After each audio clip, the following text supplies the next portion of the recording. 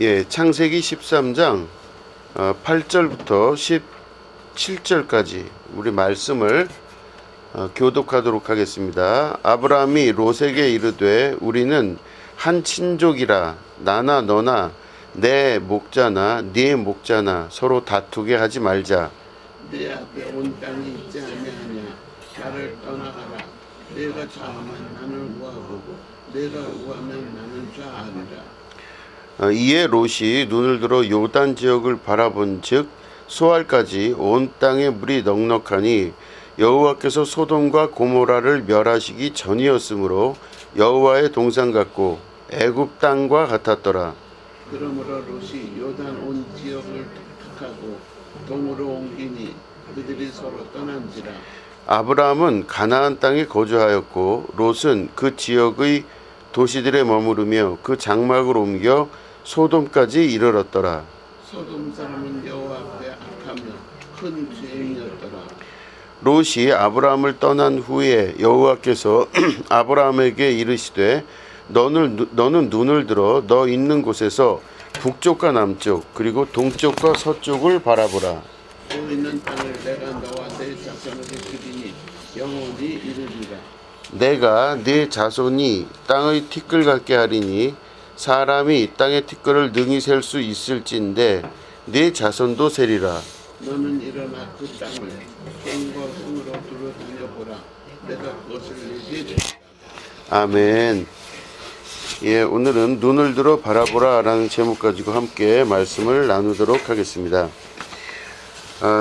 오늘 본문 말씀 보면 아브라함과 이제 조카 롯이 재산이 많아진 거죠. 그래서 양쪽에서 키우는 그 양들이 숫자가 많아지니까 서로 간에 그 양들을 치는 양치기들끼리 다툼도 일어나고 또 심지어는 양들끼리 서로 물고 스트레스를 받아서 다치기도 하는 이제 그런 일들이 벌어집니다. 이제 그러다 보니까 아브라함이 조카 롯에게 이야기해서 이제는 네가 그 먼저 갈 곳을 택해라. 그러면 네가 그곳을 택하면 나는 그 다른 쪽을 택할 것이다. 이렇게 이야기를 하는 장면이 나오게 됩니다. 그래서 이제 조카인 롯이 그 이야기를 듣고 이제 눈을 들어서 요단 쪽을 이제 쭉 바라본 겁니다. 이제 바라보니까 요단에서부터 소알까지 온 땅에 물이 넉넉하대요. 그래서 보니까 양들을 먹여 살리려고 하니 물이 넉넉하고 또 이제 근처에도 또 소돔이라는 지역과 고모라라는 지역이 있는데 굉장히 산업이 발달돼 있고 한 지역이었습니다. 그러니까 이제 자기가 볼 때 굉장히 좋아 보이는 거예요. 사람 살기 참 좋아 보이는 그곳을 조카 롯이 택한 거예요. 그래서 조카 롯이 그곳을 택하고 먼저 가겠다고 이야기를 합니다. 그랬는데 아브라함이 이제는 조카 롯이 택한 그 요단 온 지역 그곳과 반대되는 쪽으로 이제 아브라함이 가게 되죠. 가게 됐는데 하나님이 그 모습을 보시고 아브라함에게 축복을 하기 시작하십니다. 그 아브라함이 간 지역은 요단 동쪽이 아니라 반대쪽으로 가게 됐어요. 그렇게 됐는데 하나님께서 아브라함을 칭찬하신 건 왜 그러냐면은 네가 보기에도 거기가 좋은 땅이었을 텐데 조카가 그걸 택하도록 놔준 것이 참 아름답고 선하다 이렇게 보신 거죠. 그래서 보면 14절에 보니까 롯이 아브라함을 떠난 후에 여호와께서 아브라함에게 이르시되 너는 눈을 들어 너 있는 곳에서 북쪽과 남쪽 그리고 동쪽과 서쪽을 바라보라. 보이는 땅을 내가 너와 네 자손에게 주리니 영원히 이르리라. 엄청난 축복을 해주십니다. 하나님께서 아브라함이 그런 결정을 내리게끔 했던 그 아브라함의 결정에 큰 축복을 하신 겁니다. 다시 말해 아브라함은 눈에 보기에 좋은 것을 택하지 않는 사람이에요. 아브라함은 뭘 택하는 사람이냐면 하나님의 약속과 말씀을 택하는 사람이에요. 그 말은 무슨 말이냐면 아브라함은 어딜 가든 하나님이 함께 하시기 때문에 두렵거나 놀라지 않을 거라는 믿음을 갖고 있는 사람이었죠. 그러니까 눈에 보기에 좋지 않더라도 거기에 하나님이 개입하시면 모든 일이 나아질 것이라는 걸 아는 사람입니다. 근데 조카 롯은 하나님에 대한 믿음보다는 자기 눈에 보기에 괜찮은 곳을 택한 거예요. 젖과 꿀이 흐르고 또 물이 있고 그래서 양들을 키우기 좋고 그 양들이 잘 자라나서 나중에 또 이제 그 거대 도시였던 소돔과 고모라에 또 납품을 할 수가 있겠잖아요. 그러니까 어딜 봐도 그쪽이 좋은 거예요, 롯은.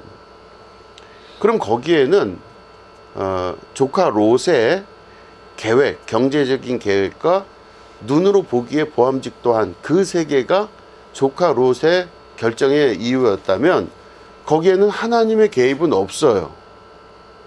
어딜 봐도 하나님이 개입하실 여지가 없습니다.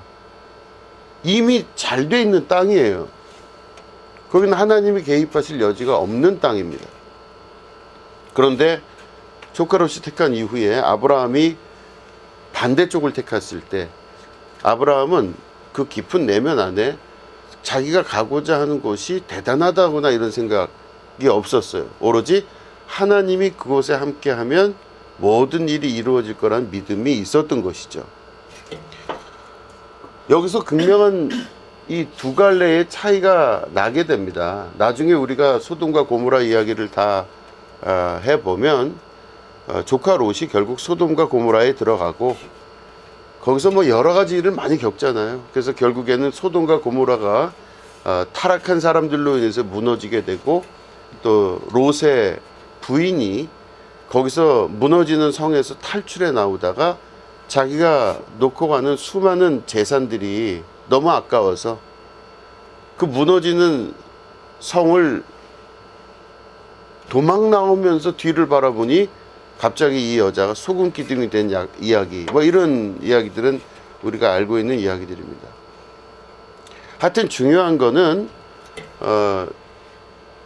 사람이 어떤 일을 선택을 할 때 둘 중에 하나를 선택을 해야 될 때 보통 보면 눈에 보기에 좋은 것을 택하더라는 것이죠. 이게 인간이 갖고 있는, 육신이 갖고 있는, 아담의 자손이 갖고 있는 전형적인 죄의 근본이라 볼 수 있는 것입니다. 그럼 우리가 그렇게 생각하시면 편해요. 내가 이렇게 보기에 괜찮아 보이고 멋있어 보이고 좋아 보이는 것들이 보이잖아요. 그럼 내가 내 눈을 어떻게 생각해야 되느냐?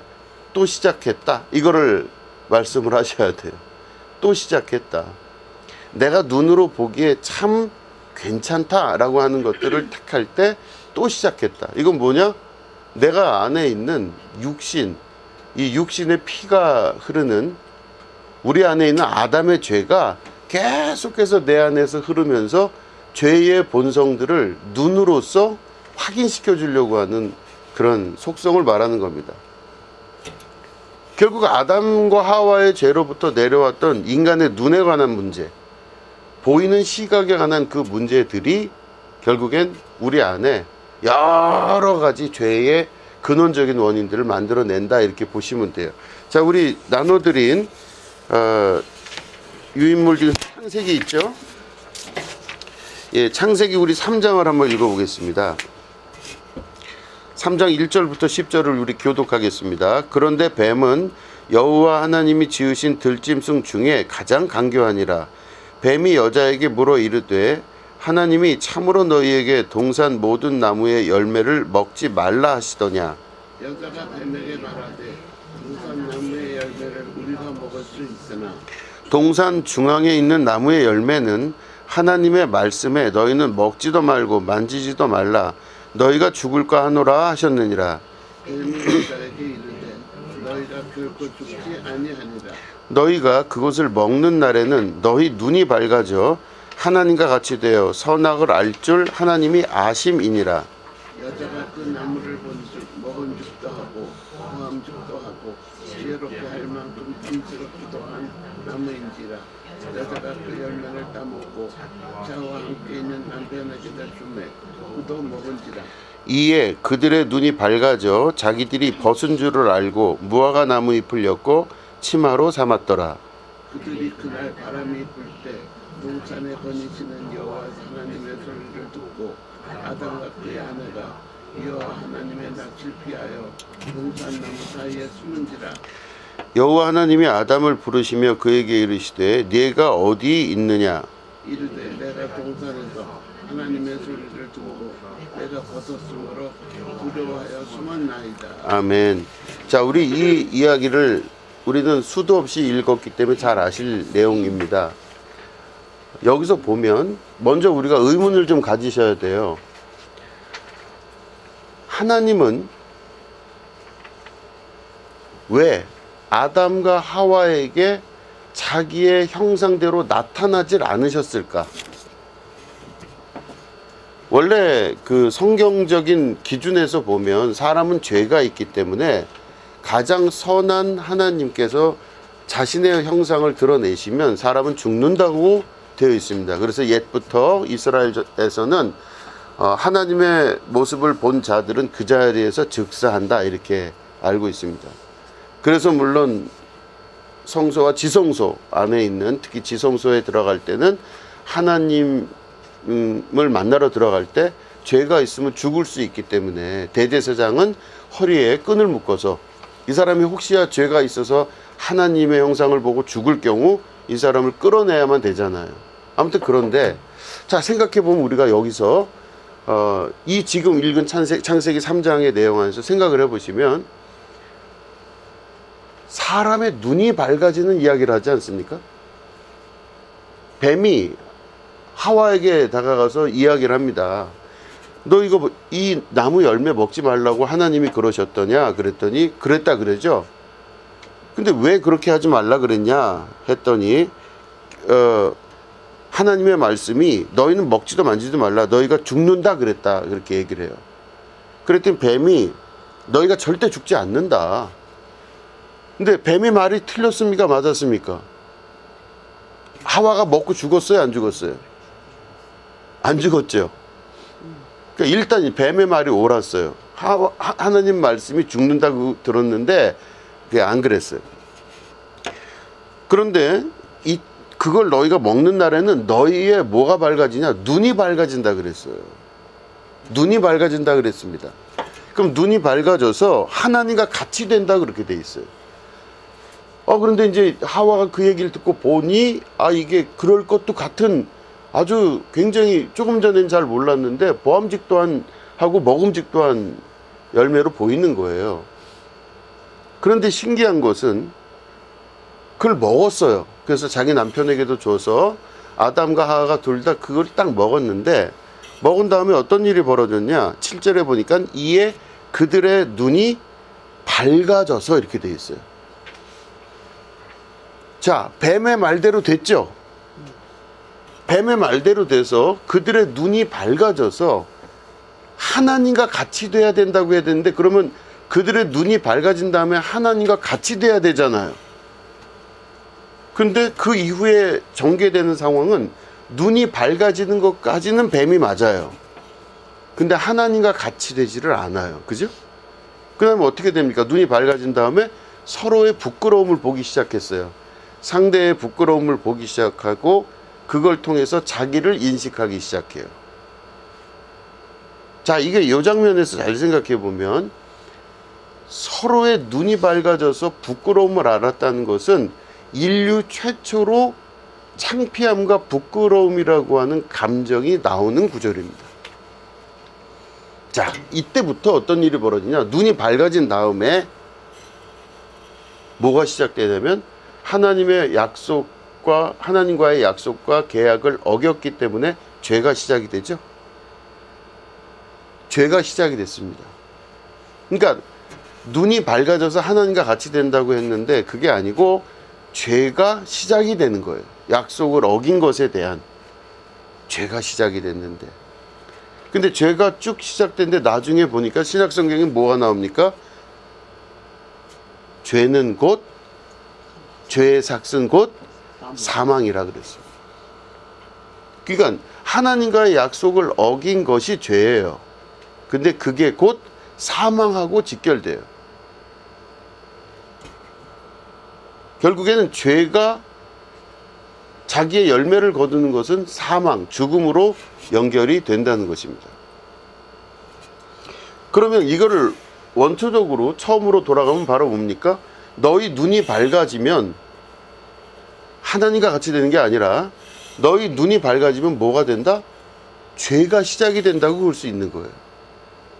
사람의 눈이 밝아지기 시작하면서부터 죄가 시작이 돼요. 그리고 부끄러움을 알고 분별하기 시작합니다. 사람을 분별하기 시작하고 그것으로 인해서 죄가 생기기 시작하고 그 죄로 인해서 나타나는 결과는 곧 사망, 죽음에 이르게 되는 것이죠. 결국은 하나님 말씀이 옳았습니다. 너희가 이것을 먹는 날에는 죽으리라 하시는 그 말씀은 중간을 뱀이 얘기하고 하나님은 처음과 끝을 말씀하신 거예요. 너희가 이걸 먹는 날엔 죽는 건데, 뱀은 너희가 이걸 먹으면 어떤 일이 벌어진다? 눈이 밝아진 다음에 그 다음에 하나님과 같이 되리라는 거짓말로 한 거예요. 근데 이게 없어지고 결론은 어떻게 된다? 하나님 말씀대로 죽게 되는 겁니다. 인간이 살면서 인간의 내면 안에 있는 죄성은 바로 죽음으로 이어지게 되는 가장 중요한 원인이 됩니다. 내가 짓는 죄는 어찌 보면 사람과의 죄일 수도 있겠죠. 그렇지만 가장 궁극적인 죄는 바로 하나님과 우리와의 약속, 그 계약을 어긴 죄. 다시 말해 그 선악과를 먹음으로 말미암아 우리가 분별하고 구별하여서 우리 눈이 밝아진 다음에 나타나는 그 결과가 곧 죄로 연결이 된다, 이렇게 보는 것입니다. 갈매기의 꿈이라는 책이 있습니다. 거기에 이제 조나단 리빙스턴이라는 갈매기가 나와요. 근데 이 갈매기가 다른 갈매기들은 막 날면서, 나는 목적이 뭐냐? 날아다니면서 날아다니는 곤충을 잡아먹어야 돼요. 그래야 먹고 살기 위해서 나는 겁니다. 이 갈매기들이 막 날면서 날아다니는 곤충들도 먹고 또 멀리 날아가서 먹기 위해서 또 날아가고 하는 일들을 하는 거예요. 그러니까 갈매기들이 나는 이유가 바로 뭐냐? 먹고 살기 위해서 나는 거예요. 날아서 자기들이 먹는 거를 취하기 위해서 나는 거죠. 근데 이 조나단이라고 하는 이 갈매기는 먹고 사는 일보다 뭐에도 관심이 있냐면 날아가는데 남들 잘 안 하는 높은 곳으로 올라가려고 하는 이 욕구를 자기가 참질 못해요. 그러니까 먹는 게 중요한 게 아니에요, 지금 조나단한테는. 그래서 계속 올라가려고 합니다. 그러니까 올라가기 위해서 훈련을 해요. 그래서 보면 거기에 반복적으로 계속 나오는 단어가 연습, 연습, 연습, 연습 그래요. 계속 올라갔다가 떨어졌다가 밑으로 갔다가 굴렀다가 별짓을 다 하며 이 조나단은 계속 위로 올라가려고만 합니다. 그런데 이 조나단이 계속 위로만 올라가려고 한다는 이 사실을 마을에서 보고 나서는, 아, 너는 좀 애가 특이하구나. 안 되겠다. 그만두자. 너 나가라. 해서 이 마을 전체의 분위기를 해친다는 이유로 조나단이 쫓겨납니다. 갈매기가. 자기 나름대로 혼자 살면서 그 외로움을 이기고 자기가 원하는 걸 계속 해나가는 이제 갈매기가 돼요. 그러다가 나중에 이 갈매기가 이제 다른 갈매기보다 훨씬 더 높은 곳 위로 올라가는 것이 신화화되기 시작하면서 나중에 자기 마을로 돌아와요. 그래서 자기 마을로 돌아온 다음에 자기 마을에서 그래도 시간이 많이 흐르니까 받아줍니다. 이 조나단이 자기의 후배들을 양성하기 시작해요. 그래서 비행 기술을 가르치고 높이 올라가는 걸 가르치고 그래요. 그럴 때 이제 그 제자들이 이 쫓겨났다가 돌아온 이 조나단 갈매기에게 차 레슨을 하는데 자기들끼리 신화적으로 이제 막 이 조나단을 만들어 버려요. 야, 이 양반은 대단한 양반이야. 엄청난 이 환란을 뚫고 말도 안 되는 일들을 뚫고 여기까지 오신 양반이야. 막 이러면서 이 신화하기 시작하는데 이 신화적인 힘이 엄청나게 커져요. 그런데 나중에 그 중에 몇몇 그 진실한 갈매기들이 이 조나단에게 정말 자기도 선생님처럼 높은 곳을 향해 날아가고 싶습니다. 어떻게 하면 좋습니까? 그랬더니 조나단이 자기를 신화하고 대단하게 여기는 이 갈매기들 말고 진실한 갈매기들에게 정말로 대답을 해주기 시작해요. 그때 그 대답이 바로 뭐냐? 눈에 보이는 것을 믿지 마라. 눈이 보여주는 것은 다 한계가 있을 뿐이란다. 너의 이해력으로 보고 이미 아는 것을 찾아내거라. 그러면 너는 나는 법을 알게 될 것이다. 이런 이야기를 합니다. 그러니까 눈에 현재 보이는 것을 믿지 말라는 것입니다. 눈에 보이는 게 바로 뭡니까?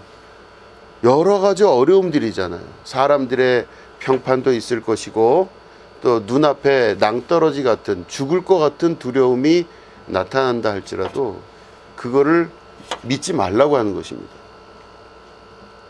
그러니까 제자들 사이에서는 이제 설왕설래 이야기가 돌죠. 아니, 눈앞에 보이는 거를 어떻게 믿지 말라 그래요? 여기 지금 보이고 있잖아요. 여기 낭떠러지가 있잖아요, 지금. 그리고 사람들 평판이 있잖아요, 벌써.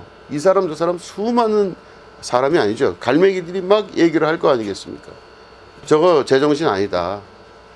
저 평범한 애가 아니다. 이러면서 왕따도 시키고 뭐 별의별 일이 다 있을 텐데 그게 두려워서 사람은 혹은 갈매기들은 그 앞에 있는 것들 때문에 보이는 것들 때문에 그 어떤 것도 결정을 내릴 수가 없게 되는 것입니다. 그럴 때 그것들을 믿지 말라 이렇게 얘기합니다.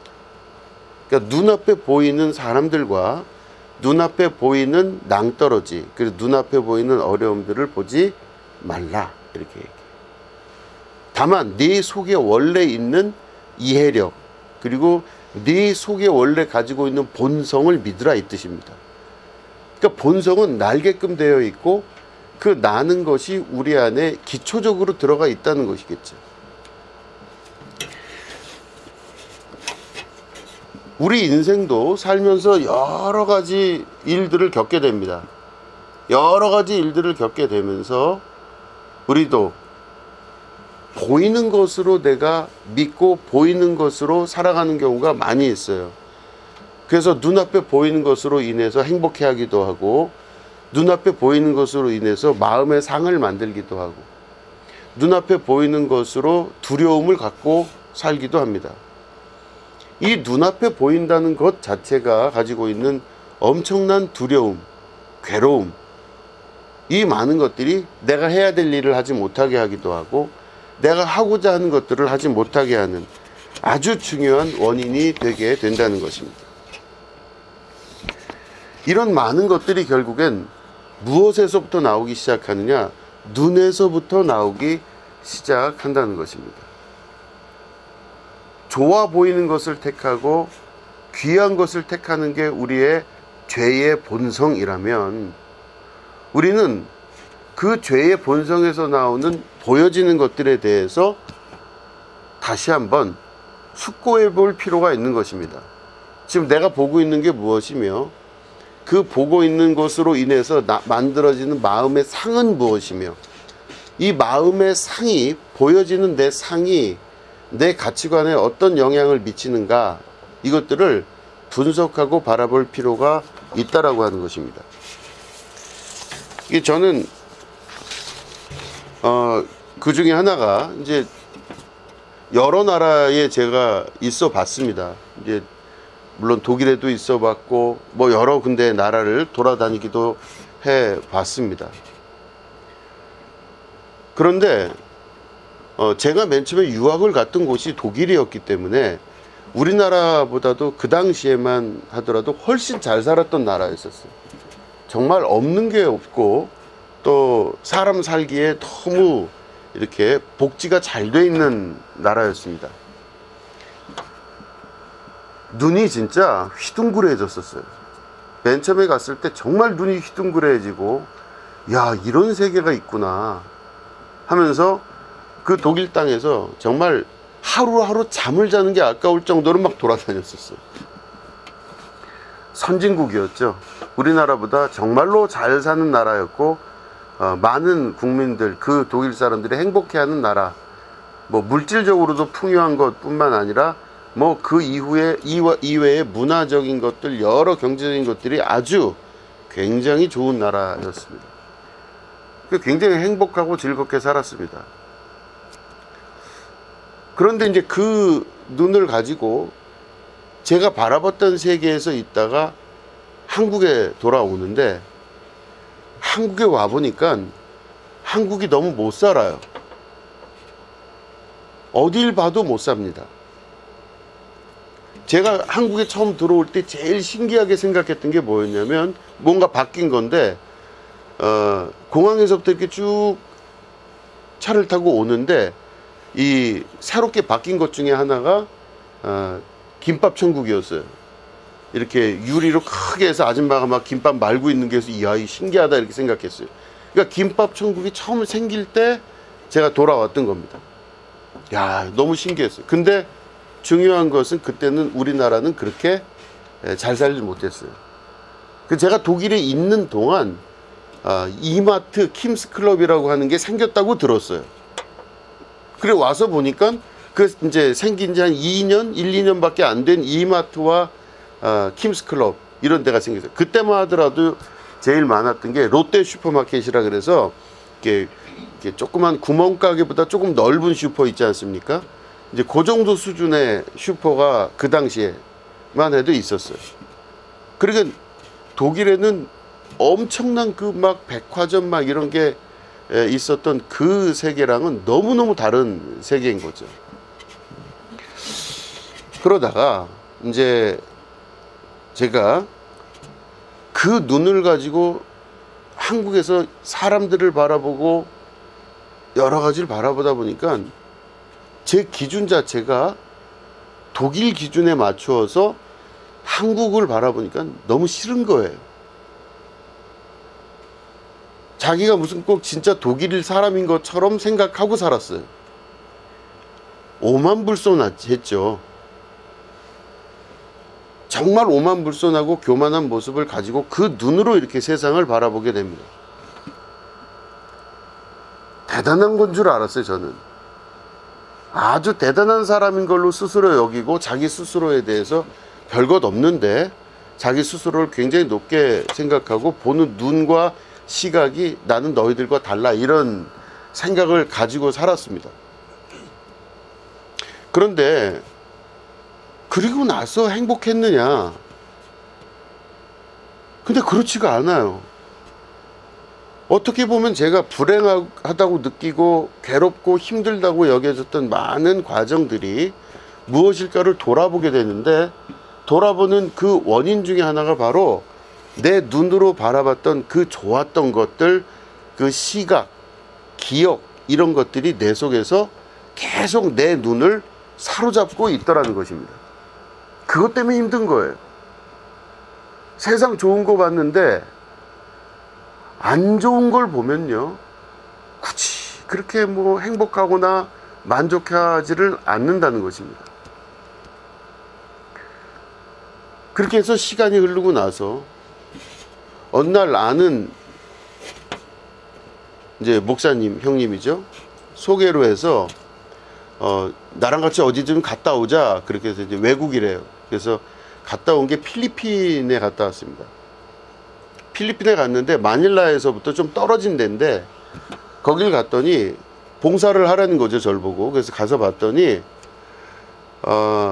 이 관계, 그러니까 이 그 수로가 제대로 정비가 안 돼 있어서 비만 왔다 하면 집 전체가 다 떠내려가요. 그러니까 이 근처 이 사람들이 이제 시내에 살 수가 없는 사람들이니까 밀리다가 이 소위 그 개천 근처에 이렇게 나무로 이렇게 폴대 같이 박아서 그 위에다가 이렇게 나무로 이렇게 대충 판때기 껴서 이렇게 2층 집처럼 보이지만 실제로는 2층이 아닌 그 이 개천가에 집을 이렇게 나무로 져놓고 사는 거예요.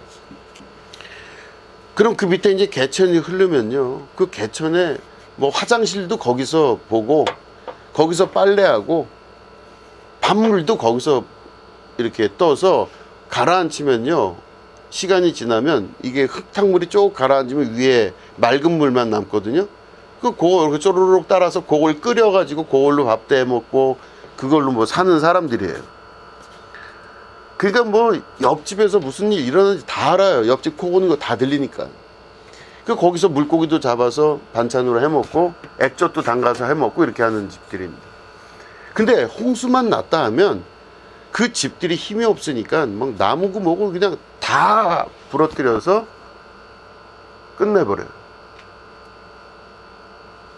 제가 그러면서 그 나라를 가고 나서 너무 큰 충격을 받았습니다. 거기 봉사를 하는데 거기 있는 아이들 뭐 먹을 거 한국에서 잘 사는 나라 한국에서 먹을 거 들고 왔다니까 뭐 별것도 아니에요. 뭐 사탕 같은 뭐 우리로 치면 사탕 이런 것들이죠.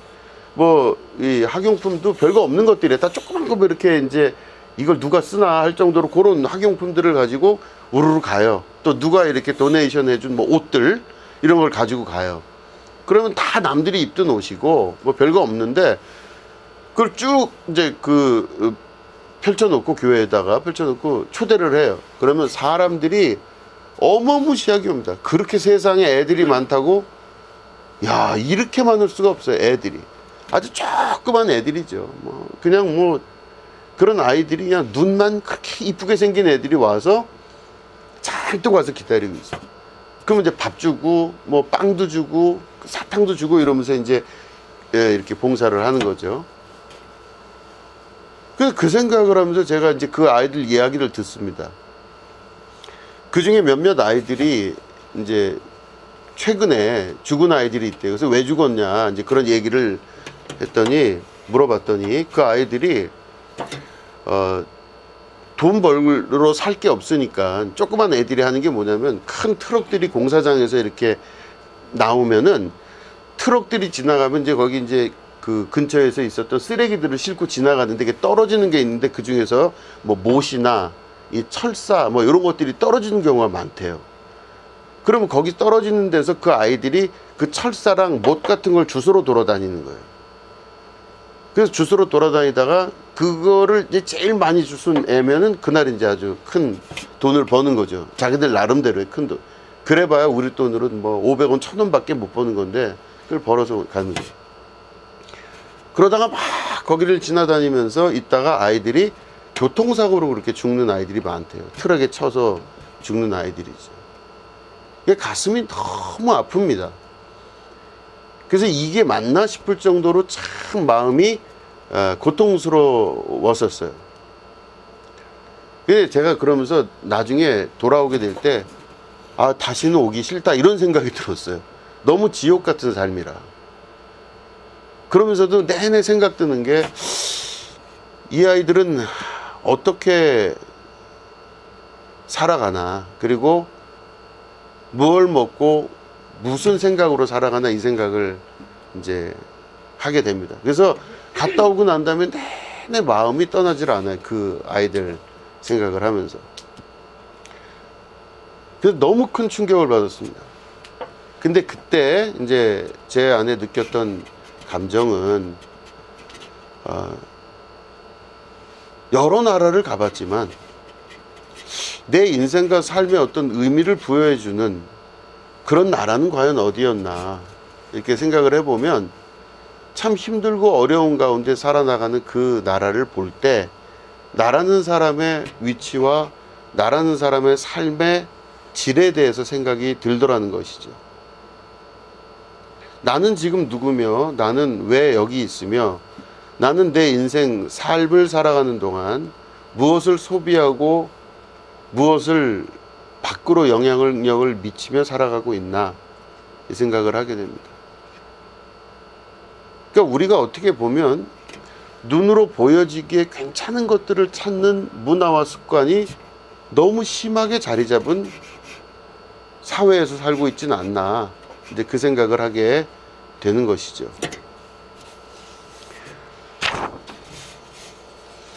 우리는 너무 잘 삽니다. 너무 잘 살아서 잘 사는 걸 기준으로 맞춰갔을 때 참 많이 힘들어요. 2024년 기준으로 우리나라는 OECD 국가 중에서 자살률 1위, 40대 남성 자살률이 암을 넘기고 자살률이 1위가 됐습니다. 그러니까 병보다도 훨씬 더 많은 괴로움과 우울한 감정들이 사람을 죽게 만드는 원인, 그게 대한민국이라는 사회입니다. 우리나라가 잘 살게 되고 돈 많고 이젠 여유롭고 모든 서비스가 잘 돼 있는 나라라고 자평들 하고 있고 K문화다 그래서 전 세계에 뭐 문화를 팔고 이렇게 살고 있지만 실제로는 우리 안에 사람을 죽이는 사망에 이르게 하는 수많은 일들이 계속 사회 안에서 반복적으로 나타나는 것이 아닌가. 근데 그게 혹시 그 사망의 원인이 눈이 아닐까 이 생각을 제가 하게 되었습니다. 뭔가 보여지는 것, 보암직도 하고 먹음직도 하고 하나님 같이 될 만한 그 열매가 그 안에 있을 거라고 여겨져서 손을 내밀어 눈이 밝아지는 그 역사를 계속해서 우리가 경험하는 것이 아닌가 하는 생각을 하게 되었습니다. 눈은 마음의 창입니다. 그래서 내가 무엇을 보느냐가 곧 내 마음을 결정하는 아주 중요한 계기가 됩니다. 그렇기 때문에 보는 것을 잘 하셔야 돼요. 눈으로 보는 것을 내가 잘 정리해서 결정할 수 있어야 됩니다. 왜냐하면 눈이라는 게 이렇게 어떤 걸 딱 보면요, 우리 안에 마음 안에 그게 이렇게 사진 찍은 것처럼 기록으로 남습니다. 그 내 안에 기록으로 남게 되는데 이게 이제 우리 뇌가 그 용량을 줄이기 위해서 그렇게 지금까지 진화를 해왔대요. 동영상으로 내 이 장면이 기억나는 게 아니라고 합니다. 우리의 대부분의 기억은 스냅 사진과 같은 한 장 탁 찍힌 사진으로 기억이 나요. 그래서 옛날 생각을 해보면 뭐 초등학교 때 또 어릴 적에 있었던 장면들을 생각해 보면 한 사진 한 장으로 보이는 경우가 많습니다. 그걸 내가 억지로 생각을 해서 이렇게 만들어내서 동영상을 만드는 건 할 수 있지만 기본적으로는 뇌가 용량을 줄이기 위해서 스냅 사진처럼 기억을 한대요.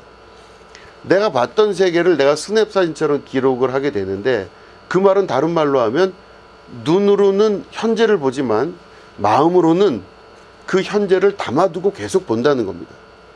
그러니까 내가 무엇을 보느냐에 따라 내 마음속에 그 사진이 기억으로 계속 남는다는 뜻이죠.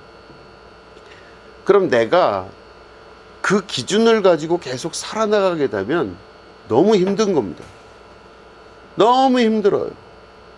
내가 보았던 것들, 내가 봐서 느꼈던 감정들을 그대로 가지고 살다 보면 사람은 자기가 점점 좋은 것들, 괜찮고 이런 것들만 보려고 하는 습성이 있기 때문에 그런 것들을 많이 가지고 있습니다. 우리나라는 장례식장 문화가 소위 말해 돌아가신 분에 대한 예의가 거의 없는 나라잖아요, 사실은. 실제로 우리는 죽음을 되게 멀리하는 민족입니다. 그래서 죽음 자체에 대해서도 귀하게 여기질 않고 그걸 멀리 봐요. 아주 빨리 없애버려야 될 것으로 보는 사람들입니다. 그러니까 집안에서 돌아가시는 경우는 거의 없어요. 요즘 같은 경우 99% 이상이 다 집 밖을 벗어나서 돌아가십니다. 그러니까 그게 왜 그렇게 되겠어요? 우리 사회가 가지고 있는 특성 자체가 죽음을 하나의 과정으로 보지 아니하고 폐기돼야 될 것으로 보고 나머지 것들, 살아있는 것들만 진짜인 것처럼 보려고 하는 의지가 강한 민족이죠. 그러니까 보면 우리가 좋은 것만 보는 겁니다. 돌아가신 분의 시신을 보질 않으려고 하고 돌아가신 분을 안 하려고 해요. 이거 죽음에 대한 것들을 받아들이고 싶어 하질 않는다는 겁니다. 사회 전체가. 그냥 살아서 움직이고 팔팔 뛰는 것만 좋아하는 거예요. 그걸 보려고 하는 거죠. 이게 곧 우리나라가 가지고 있는 현실적인 또 현재적인 문제점이라고 볼 수 있습니다.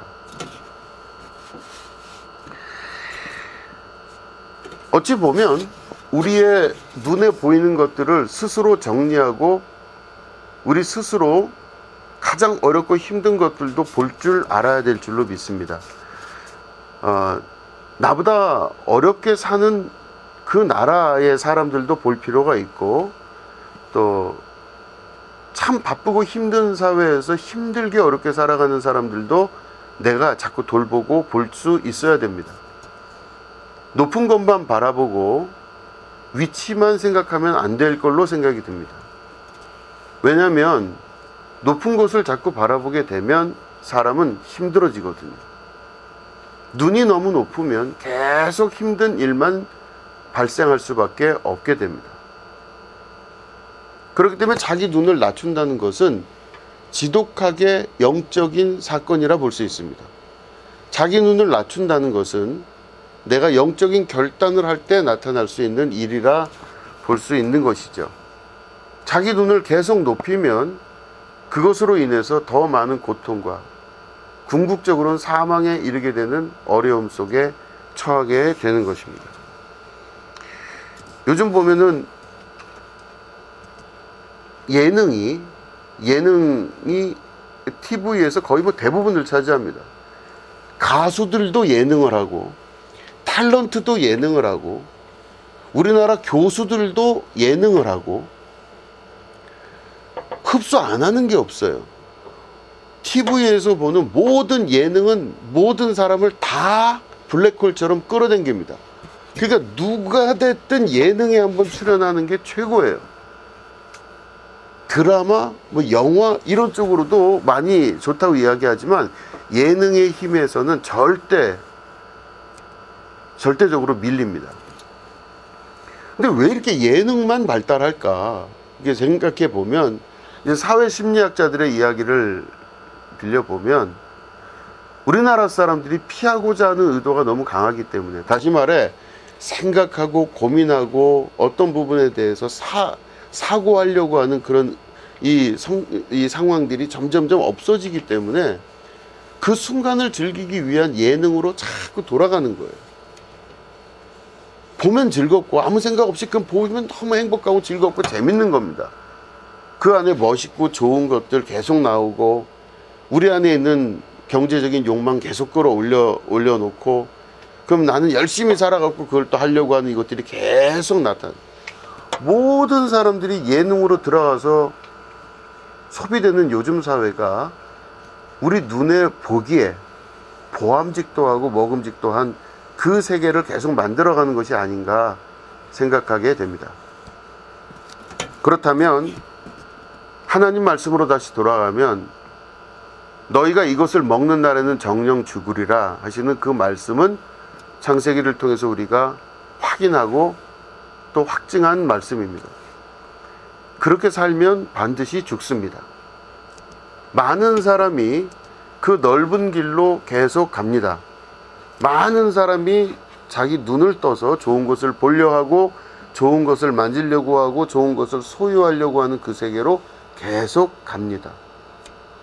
그렇기 때문에 어렵고 힘든 일에 관해서는 피곤해하고 낙담하고 안 하려고 하고 거기에 소속되고 싶어 하지도 않습니다.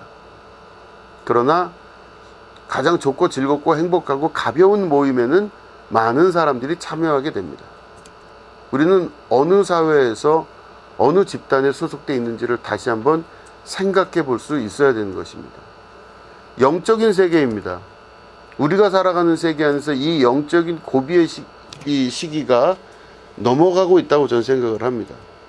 이 시기를 잘 우리가 지나가면서 영적인 결단을 통해 오히려 내 눈에 보이는 것들을 내가 막고 내 눈에 가장 힘들고 어렵지만 고난스러운 세계를 바라볼 줄 아는 것, 이게 바로 영적인 결단을 하는 중요한 삶이지 않을까 생각하는 것이죠.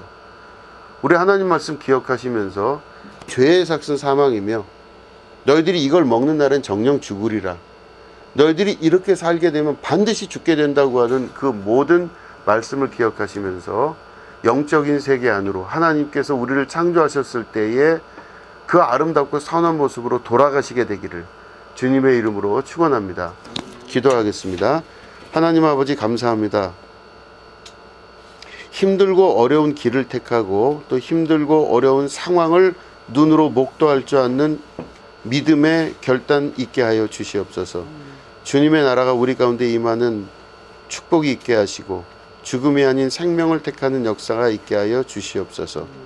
감사드리며 예수님의 이름으로 기도드립니다. 아멘. 예, 드려진 예물 위해 기도하겠습니다. 하나님 아버지 감사합니다. 드려진 예물 위에 축복합니다. 하나님께서 이 예물 위에 안수하여 주시옵시고 이 예물이 쓰여지는 곳마다 주님의 나라가 확장되는 은혜가 있게 하여 주시옵소서. 감사드리며 예수님의 이름으로 간절히 축복하며 기도드립니다. 아멘.